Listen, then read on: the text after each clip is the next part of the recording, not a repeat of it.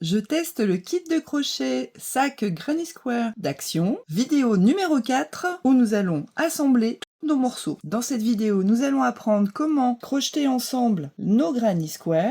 Une fois les avoir disposés pour les assembler, on va réaliser l'assemblage des différents Granny Square grâce à un crochet et la laine taupe qu'on a laissé de côté. On aura un assemblage apparent entre tous les granny dans cette couleur-là, et ensuite on apprendra comment réaliser tout le contour du sac. On n'aura plus qu'à coudre nos deux anses sur le sac et notre sac sera terminé. Dans une prochaine vidéo, je vous apprendrai comment réaliser la doublure du sac, si vous en avez envie, de manière à avoir un sac qui se tienne bien, avec une jolie couleur apparente derrière le granny, et surtout avec une poche à l'intérieur pour pouvoir ranger ses affaires, et cette doublure permettra d'avoir un sac complètement réversible.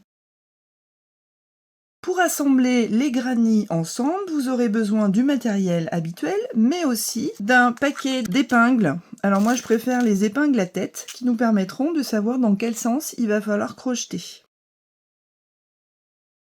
Ici, j'ai replacé tous mes granny exactement comme sur le modèle papier. Donc avec les fleurs jaunes et roses tout en haut, on va considérer que ça c'est le haut du sac, ça c'est notre sac, c'est l'avant avec les 5 fleurs. Et ensuite, j'ai placé tous les autres granny. Ce qu'on peut remarquer, c'est que tous mes granny Rubik, j'ai beau avoir bloqué tous mes granny, j'ai pas dû assez mouiller, ils ont tendance à remonter sur eux-mêmes, mais au moins je sais une chose, c'est qu'ils ont tous la même taille. Donc pour les assembler, ça va être beaucoup plus facile quoi qu'il en soit. Maintenant, on vous dit dans les instructions de les épingler ensemble. Ça va beaucoup nous aider pour savoir comment on va assembler ensemble au crochet nos différentes lignes de carré. Et surtout, ça va vous permettre de plier le sac, de l'assembler complètement avant de commencer à le crocheter. Vous allez tout comprendre quand je vais vous le montrer. Première étape, je prends des épingles avec une tête. Et là, je m'arrange pour épingler mes deux granny avec la tête qui est du côté de là où je vais démarrer pour crocheter mes lignes ensemble. C'est-à-dire que là j'ai une tête, je vais continuer tout le long de la ligne. Donc là je vais épingler mes deux granny, voilà, à deux endroits, au début et à la fin. Et là en suivant les petites têtes, je sais que c'est par là que je dois commencer jusqu'au bout. Alors on va faire ça pour tous les granny, sur tous les côtés, déjà à plat, et ensuite on va plier notre ensemble de granny et voir comment on raboute les côtés et comment on les épingle ensemble. Alors on va démarrer d'ici jusque là, ici jusque là, et là on va reprendre en haut, là, comme ça, et comme ça, et ainsi de suite. Donc là je suis à mi-chemin, j'ai épinglé dans ce sens-là, là j'ai pas pu.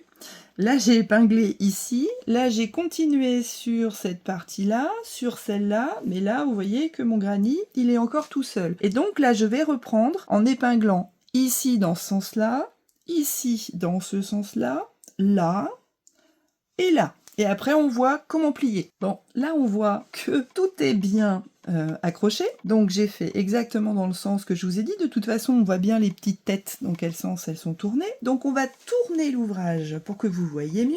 Et on fait remonter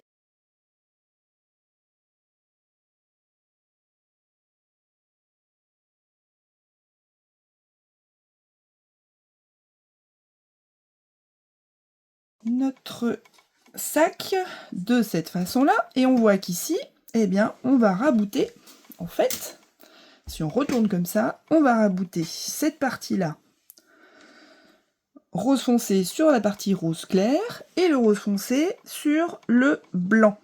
Alors, c'est peut-être le plus délicat parce que ça tire un petit peu dans tous les sens. Donc là, on voit qu'ici, on a les épingles dans ce sens-là. Ça veut dire que là, quand je vais accrocher ensemble le rose foncé avec le rose clair, c'est compliqué parce que c'est déjà accroché. Ça ne veut pas se laisser faire. Bon, après, quand on va vraiment les crocheter ensemble, on pourra rectifier, il n'y a pas de souci. Donc voilà, je mets ça pour info, voilà. Et cette partie blanche avec le rose, il faut que j'aille récupérer le coin ici, c'est ce qui est le plus délicat, puisque ça n'a pas très envie de venir, ça tire un peu. Pareil, on remettra vraiment face à face quand on sera en train de crocheter. Voilà, donc là j'ai fait ce côté-là. Et puis ici, et ben pareil. Ah, là on voit que dans le dessin, ben on a du bleu contre du bleu. Bah pourquoi pas, de toute façon on va avoir du taupe au milieu. Hop, il fallait bien qu'on ait quelque part du bleu avec du bleu. Voilà, j'essaie de remonter le maximum. Donc je continue ici. On voit que j'ai toujours mes épingles dans le bon sens par rapport aux épingles que j'avais déjà. Ici, pareil. Hop, je retourne. Il ne faudra pas se piquer parce qu'on va avoir des épingles dans les deux sens. Voilà, le bleu avec le violet. Et on regarde ce qui manque. Et bien ici, on va avoir besoin de rabouter ces deux morceaux-là ensemble. Bon, on va considérer que là aussi, on descend. Donc on le fait en descente, pareil.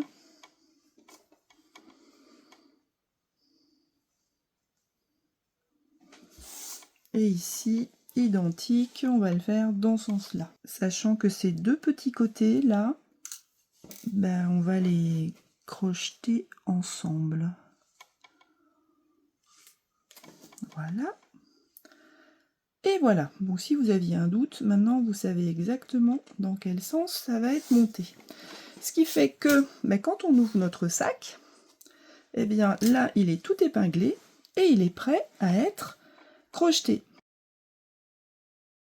Dans le tuto, on vous conseille de commencer par la partie entre le violet et le jaune. Ben, c'est ce qu'on va faire. On va commencer ici et puis progresser là. Et quand on va retourner, eh ben, on va continuer de progresser jusqu'en haut de l'autre côté du sac. Et puis ensuite, on va prendre ce côté-là, on va descendre jusque là. Et quand on retourne, eh bien, on va reprogresser jusqu'en haut. Et maintenant, ben, je vous montre avec le crochet comment on fait les premières mailles. Ben, c'est tout simplement des mailles serrées. Mais il faut d'abord bien commencer dans les coins et ensuite réaliser 19 mailles serrées, rattraper le coin et continuer élégamment de l'autre côté sans perdre le petit coin là, vous voyez, qui s'est détaché. Ah oui, qui est attaché de l'autre côté. Bon, on prend la laine. Pour commencer à crocheter nos bordures de Granny Square pour les assembler, on va réaliser tout simplement un nœud coulant. Et là, ben, je vais détacher mon épingle et je vais me mettre dans le coin ici de ce Granny Square jaune, dans le violet, et je vais m'arranger pour avoir une jolie maille serrée. On va en faire quelques-unes pour voir comment ça progresse. Alors là, on était dans le coin. Maintenant, on va prendre la maille arrière jaune, enfin le brin arrière de la maille jaune, le brin arrière de la maille violette, et on va réaliser une maille serrée. Allez, je continue un petit peu pour vous montrer à quoi ça va ressembler. Sur quelques mailles, on va vite se rendre compte du joli motif, un petit peu en relief, que ça va générer. Alors ça, c'est le type de maille qui est tout à fait intéressante quand on a par exemple quelque chose qu'on porte en Granny Square et qu'on ne veut pas que la couture frotte à l'intérieur contre le corps. Donc c'est idéal pour pouvoir faire une petite couture extérieure et ici avoir quelque chose de complètement plat, ce qui fait que ça va pas s'accrocher ici dans les affaires qu'on va pouvoir mettre dans le sac si jamais on n'a pas envie de doubler.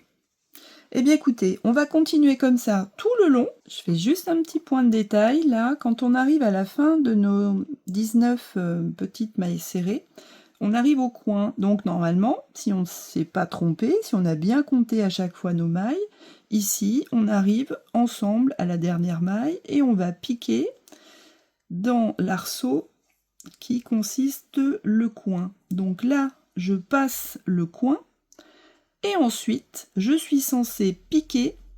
Alors elle me gêne un petit peu celle-là, la noire là.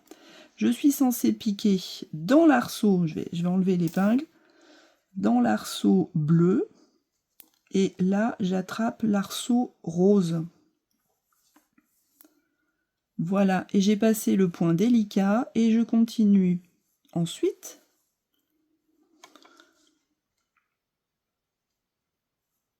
Dans les prochains brins arrière. Et je continue ainsi de suite sur toute ma longueur prévue au départ. Je suis arrivée à la fin de ma ligne complète, donc là j'ai commencé ici, j'ai progressé, j'ai retourné mon sac et je suis remontée comme ça. Donc là pour l'instant, bon, c'est pas trop tendu donc on voit pas très bien, mais on a un joli motif là en relief. Et quand on arrive au bout, ben, on serait tenté de redescendre comme ça et de continuer. Sauf que tout à l'heure, on s'est arrangé en se disant, voilà, ici, toutes nos mailles vont partir du bas et remonter. Ici, pareil. Donc là, on va être obligé de s'arrêter. Donc, comme on s'arrête, on va refaire une maille serrée, une maille coulée et couper notre fil ici. Faire un nœud et on réglera tous ces problèmes de petits fils qui dépassent quand on aura terminé entièrement le montage du sac et quand on sera à réaliser le contour, et à ce moment-là on pourra cacher nos bouts de fil à l'intérieur du contour. Donc maintenant, comment je continue? Je reprends l'avant, puisque là j'ai la partie super jolie avec nos petites fleurs. J'ai réalisé cette partie-là, et bien je vais commencer ici, entre le blanc et le bleu, et je vais progresser tout du long, retourner mon ouvrage, et remonter ici, jusqu'en haut, et m'arrêter. Et bien on y va. On se retrouve quand on a fait cette deuxième très grande longueur. Et voilà, j'ai terminé ma longueur, donc on voit que mes parties obliques dans ce sens-là sont déjà terminées, qu'ici, ben voilà, on n'a plus qu'à repartir comme ça, et ensuite, à partir du coin, comme ça, en faisant le tour du sac à nouveau. Et il nous restera évidemment ces deux petits bouts qu'on fait dans le sens qu'on veut. Je vais attaquer cette partie-là, et on voit après pour l'autre. Donc, pour la deuxième direction, là, on va recommencer exactement au même endroit. Là, on avait piqué entre le coin du violet et le coin du jaune. Et bien là, je vais reprendre entre le coin du blanc et le coin du jaune. Même si on est déjà passé à cet endroit-là, ça n'a aucune importance. La petite question qu'on se pose, c'est oui, mais comment je vais passer cette partie-là où j'ai déjà un fil qui a permis de raccrocher nos granits dans l'autre sens. Là, on va voir ça tout simplement. Donc là, on va progresser jusqu'au bout et on se retrouve au passage du petit carrefour là entre les granits. On est bien au croisement et on voit que là, eh bien, on attaque maintenant les coins des granits. Donc, je vais évidemment piquer dans les coins. Et après, qu'est-ce que je fais? Comme tout à l'heure, on passe de coin en coin, c'est-à-dire que là, je vais piquer dans le coin du bleu et du rose à la fois. Je fais mon passage avec ma maille serrée et je continue par la suite, comme d'habitude, comme ce que j'ai fait depuis le début de l'assemblage. On va faire quelques petites mailles pour voir ce que ça donne, ce passage de coin.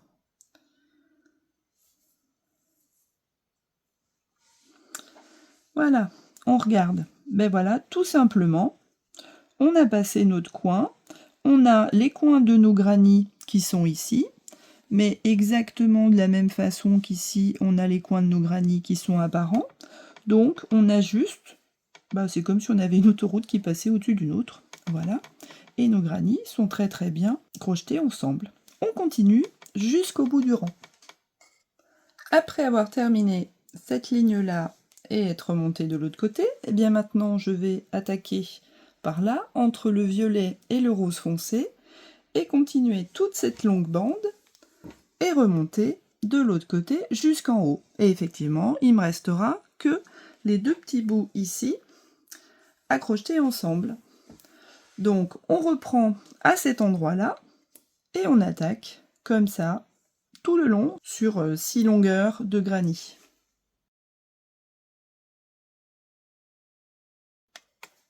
Regardez un peu, c'est presque terminé. Il nous reste juste les deux côtés là à crocheter ensemble dans le sens que vous voulez, aucune importance. Et ensuite, on n'aura plus qu'à réaliser le contour et les anses. Mais regardez, il prend forme, hein. Et vraiment, une fois que tout est monté, bah, ça paraît beaucoup plus qualitatif. Donc là, au bout de ma longueur, comment j'ai terminé? Eh bien, je me suis arrangée pour faire une dernière maille autour de ce trait-là qui avait déjà été réalisé. Et je n'aurai plus qu'à cacher le fil après coup. Allez, je fais l'autre. Voilà, le montage des granillés complètement terminé. J'en ai profité pour cacher les fils là sur les côtés où on avait démarré et fini.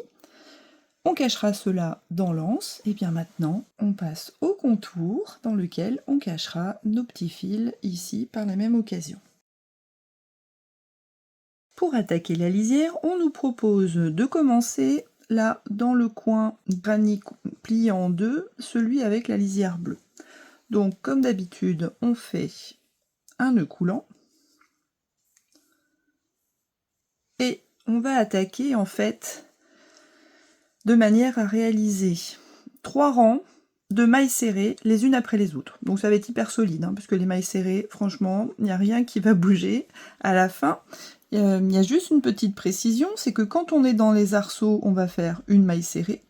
On va réaliser des mailles serrées tout du long. Quand on va arriver là dans la première rangée en haut d'un arceau pointu, là on va réaliser 3 mailles serrées, une en bas, une de l'autre côté, 3 en haut, etc. Bon, on va commencer ensemble et vous allez comprendre que finalement le tour va se réaliser très rapidement. Donc là, on va réaliser une maille serrée comme auparavant on avait réalisé les brides, c'est-à-dire dans le petit fil ici, et ensuite on attaque en continuant tout le long de notre rangée. On se retrouve en haut de la rangée. Voilà, on est presque en haut, et là on arrive dans l'arceau qui est tout en haut de notre sac. Donc on réalise là 3 mailles serrées. Et on va progresser dans chacune des mailles serrées ici, et se retrouver en bas, et voir comment on passe ici en bas. À tout de suite. Ici, on arrive à un creux de notre sac. Donc, on était là dans la dernière maille serrée. On va piquer dans l'arceau du blanc. Ensuite, on va piquer dans l'arceau du jaune. On en profite pour serrer tous nos petits fils qui dépassent. Et là, on repique dans l'arceau du violet, ce qui fait qu'on a notre passage qui se passe au mieux. Alors, on pourrait très bien passer du blanc au violet sans piquer par le jaune. Ça serait peut-être plus joli, mais en tout cas, ça serait beaucoup moins solide. Donc moi, je préfère cette méthode-là. Et ensuite, je continue comme tout à l'heure. J'en fais 19, j'en fais 3 en haut. Je refais un passage là avec 3 arceaux de granny square, et ainsi de suite jusqu'à la fin du rang. Et on se retrouve avant d'attaquer le deuxième rang. Puisque le deuxième rang, ce ne sera pas tout à fait la même méthode. Le premier rang est terminé. Maintenant, il y a une petite subtilité quand on attaque le deuxième rang. On va ici réaliser une maille en l'air et on va sauter la première maille serrée. Donc on attaque ici dans la seconde et on va réaliser 21 mailles serrées avant d'arriver en haut Et tout à la pointe, là-haut, ici tout à la pointe, on va réaliser 2 mailles serrées dans la même maille tout en haut. Ici, donc on va tout crocheter et ici en faire 2, tout crocheter, sauter une maille serrée ici, remonter avec 21 et ainsi de suite jusqu'à la fin. On se retrouve à la fin du deuxième rang. Deuxième rang complètement terminé. Et maintenant, c'est tout simple. Il suffit de réaliser une maille serrée dans toutes les mailles serrées qu'on a réalisées jusque-là. Et on finit le rang et on n'aura plus qu'à s'occuper de l'anse. À tout de suite. Voilà notre beau sac presque terminé. Il n'y a plus qu'à coudre nos 2 anses ici et le mettre en forme après, puisque pour l'instant il roule encore un petit peu.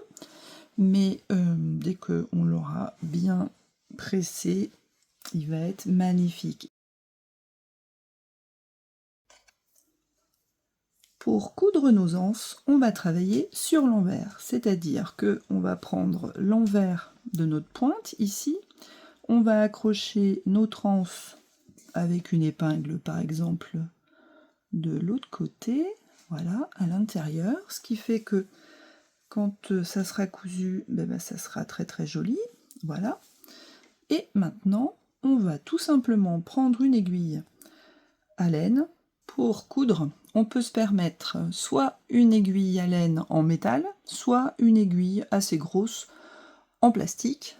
Bon, les deux conviennent. Là, je me suis coupé un petit bout de fil. L'aiguille en plastique, l'avantage, c'est que le chat est absolument énorme. Et comment je vais commencer?